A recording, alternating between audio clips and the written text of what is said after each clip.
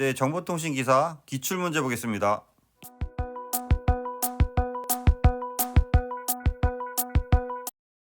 좀 더 많은 자료를 원하시는 분은 보시는 카페에 오시면 체계적으로 자료가 정리되어 있습니다. 네, 시작하겠습니다. 네, 안녕하세요. 이번 시간에 2023년 1회 4교시 정보 시스템 운영에 대해서 보겠습니다. 61번 다음 설명하는 장치의 이름으로 옳은 것은 OSI 모델의 물리 계층, 데이터 링크 계층, 네트워크 계층, 3계층까지 올라가네요. 지원한 장비고 네트워크 호스트 정보를 유지하고 어떤 경로를 빠르게 전송한다. 라우터죠. 예, 리피터 1계층, 브리지는 2계층으로 보는 거고요. 그래서 라우터 쉽게 잡을 수 있죠. 62번 효과적인 양호 관리를 위해 필요한 일반적인 규칙과 관계가 없는 것은 이게 무슨 말이죠? 효과적인 양호 관리? 예. 암호화는 가능하면 하나 이상의 숫자 또는 특수 문자가 들어가도록 8글자 이상으로 하는 게 좋다. 암호는 가능하면 단순 암호를 사용하는 것이 있다. 이거 상식적으로 2번 쉽게 풀 수 있을 것 같고요. 암호화 유효 기간을 두어 일정 기간 지나면 새 암호화 메시지를 보내고 암호 입력 횟수를 제한하고 입력이 지정된 횟수만큼 채웠을 때는 접속을 차단한다. 상식적으로 풀면 되고요. 63번 리눅스 서버는 데모 방식으로 네트워크 서비스 제공 프로그램을 실시한다. 리눅스 서버의 데모들에 대한 설명 틀린 것은 LP, 프린트, NSCG, RPC 락을 실행하는 거 보면 GPM, 저도 이건 잘 모르겠는데요. GPM, 텍스트 기반의 리눅스 어플리케이션을 마우스를 서포트하는 거라고 합니다. 그래서 이런 거는 공부를 해서 좀 암기하셔야 되고요. NSCD는 실행 중인 프로그램의 그룹을 살피고 패스워드를 변경하거나 다음치를 위해 결과를 캐시하는 데모이라고 합니다. 이런 거는 공부 좀 해야겠죠. KFUSHD 데모는 메모리와 파일 시스템을 관리하기 위한 데모. 그래서 요거는 별도로 공부하시 바랍니다. 14번 가에 해당하는 서버의 명칭은 어떤 서버인가 에서 보면 웹서버, DB서버, 왁스서버 등등이 있는데요. 일단 DB서버는 이 뒤쪽에 가 있어야 될 것 같고 보안 서버나 이런 것들이 헷갈릴 수 있겠네요.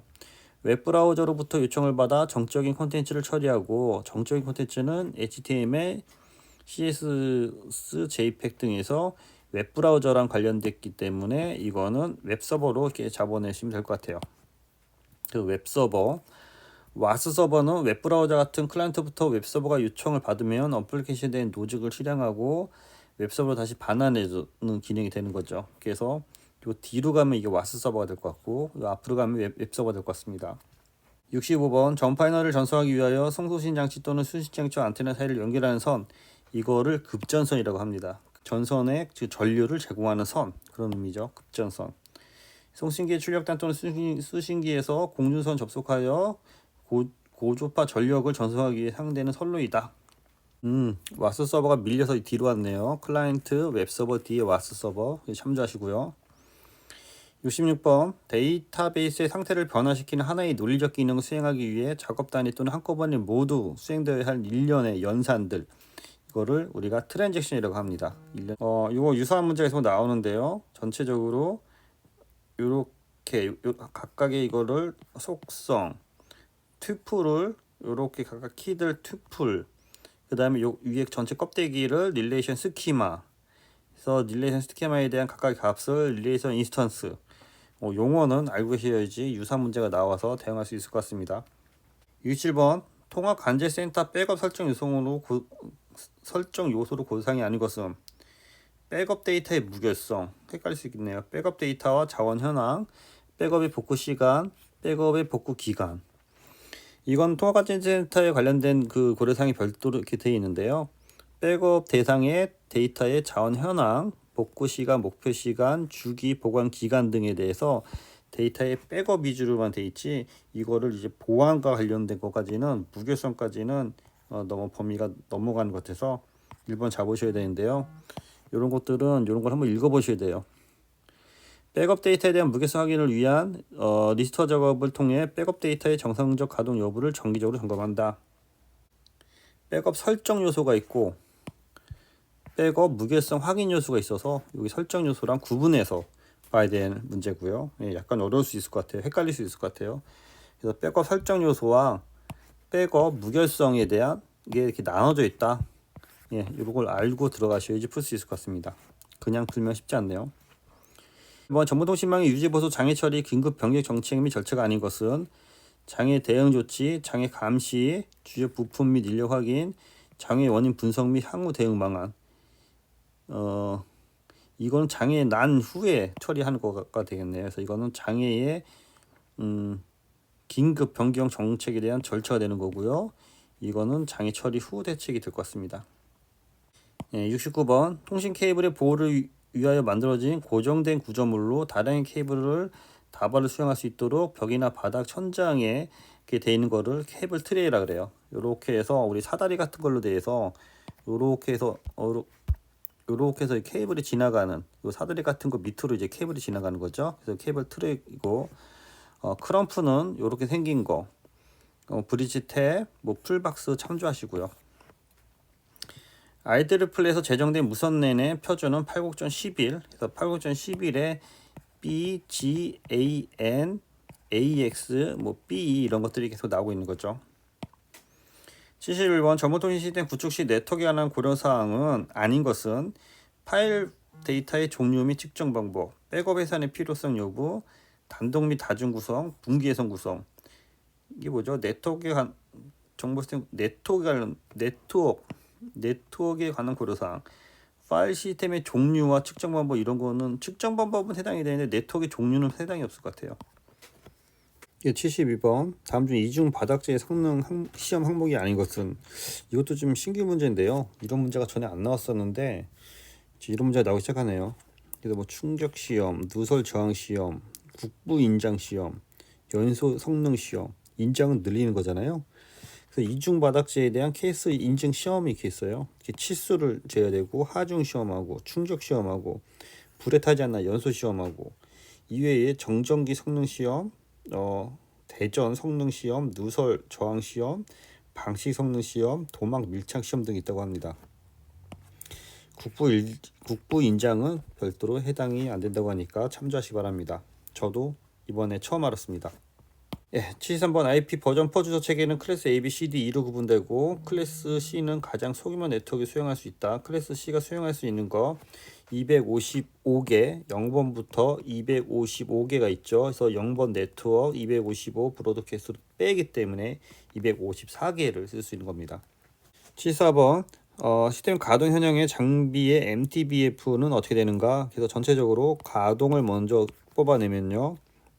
가동 시간에 대해서 뽑아보면 전체적으로 이제 3개의 가동이 있고 100시간, 150시간, 80시간이 있기 때문에 3분의 100, 150, 80 하면 110이 나오고 고장도 3건이 있죠.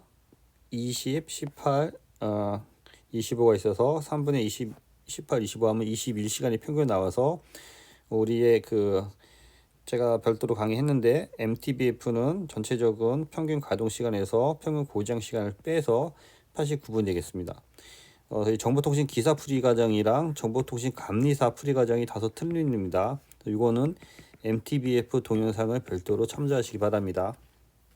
75번 스머프 공격의 플래그 공격의 주요한 차이점이 무엇이냐. 그래서 스머프 공격은 ICMP 기반이고 플래그 공격은 UDP 기반이다. 그래서 둘 다 비슷한 공격인데요. 핑 오브 데스처럼 ICMP 패킷을 이용해서 출발지의 주소의 공격 대상으로 바뀐 ICMP 리퀘스트를 해서 매우 많은 브로드캐스트 보낸 겁니다. 그래서 플래그 공격은 스머프 공격 비슷하지만 ICMP 대신에 UDP를 보낸다라는 게 틀린 거고요. 그래서 UDP의 7번 에코 메시지를 이용해서 보낸 거기 때문에 두 개가 ICMP를 사용하냐 UDP를 사용하냐에 따라서 이렇게 틀린 공격이라고 할 수 있습니다. 76번. 76번은 제가 좀 이렇게 바뀌었는데 이거 좀 이상해서 녹화하다가 다시 좀 찾아봤어요. 정보보호 및 개인정보 보호 관리 체계 인증 기준에서 네트워크 정보 통제에 관한 설명이 아닌 것은 그래서 네트워크 접근 절차, 네트워크 물리적 논리적 분리, 중요 시스템의 외부 연결, 일정 시간 도난문 세션을 제한한다. 이게 다 똑같은 말 같죠. 그래서 제가 정보보호 개인정보 관리 체계를 찾아봤는데 거기에 보면은 네트워크 접근으로 이렇게 구분되어 있는 게 있고 응용 프로그램 접근으로 이렇게 정리되어 있는 거 있어요. 그래서 일정 시간 동안 입력이 없는 세션은 자동으로 이제 차단한다라는 거는 응용 프로그램에 대한 접근이에요. 그래서 이걸 풀다가 보니까 저도 헷갈려서 이게 법적으로 이렇게 나눠져 있는 거 봐서는 이런 문제는 그냥 틀리다는 건데 이게 새로 처음 본 분들은 되게 어려웠을 것 같아요. 그래서 이것도 네트워크하고 헷갈릴 수 있기 때문에 3번은 응용 프로그램이다 라고 해서 응용 프로그램이다 라고 해서 그걸 잡아주셔야 될 것 같은데 되게 어려운 문제였던 것 같은데 알고 보면 쉬운 문제죠. 77번 감시 카메라 상단에 덮개가 튀어나와 눈과 비로부터 카메라를 보호할 수 있는 거 이런 걸 하우징 한다라고 합니다. 하우징 이렇게 생긴 거죠. 하우징. 78번 데이터베이스 접근 통제 보안 정책에 대한 설명으로 틀린 것은 비인가 데이터베이스 접근 제한하고 일정 시간 이상 업무를 수행하지 않는 경우 수동 접속 아예 차단하는 거죠. 자동 접속은 차단이 안 된다는 거잖아요. 이러면 자동 접속. 그래서 자동 수동 나누는 거 의미가 없습니다. 사용하지 않는 계정, 기본 계정 등을 삭제하고 계정별 사용 가능 명령을 제한한다. 상식적으로 풀 수 있고요. 79번 상태 비정상 방화벽 특징은 크게 우리가 스테이트 풀과 스테이트 리스라고 해요. 이거 상태 저장, 상태 비정상하니까 좀 헷갈린데 그래서 스테이트 풀은 여기 보시는 것처럼 전체적으로 다 보는 거죠. 그래서 룰 기반의 스푸핑 방지하고 트래픽 숏 기능이 있고 스테이트 리스는 패킷의 소스랑 기타 매개 변수를 활용해서 위험에 처했는지 보거나 또는 ACL이라든지 포트 IP 기반의 룰셋으로 해서 일부만 체크하는 거예요. 그래서 상태 비정상 방화벽의 특징은 보안성이 상대적으로 낮죠. 스테이트 풀에 비해서 낮고 방화벽 통과하는 트래픽의 흐름 상태를 추적하지 않죠. 그 룰셋 기반이기 때문에 어떤 룰에 그 맞냐 안 맞냐만 보기 때문에 요게 맞는 거죠. 패킷 전체 페이로드를 검사한다. 이건 스테이트 풀이고요. 인증서 기반의 방화벽이다. 스테이트 풀이고 해서 두 개를 구분해서 보셔야 될 것 같습니다. 80번 IDS와 파이어월 기능을 조합한 통합 솔루션 솔루션은 에서 여기 보면 IDS와 파이어월을 통합해서 IPS, UTM이 있으면 별도로 답이 되는데 여기는 IPS를 답으로 해 주셔야 될 것 같습니다. 네, 이상입니다. 수고했습니다.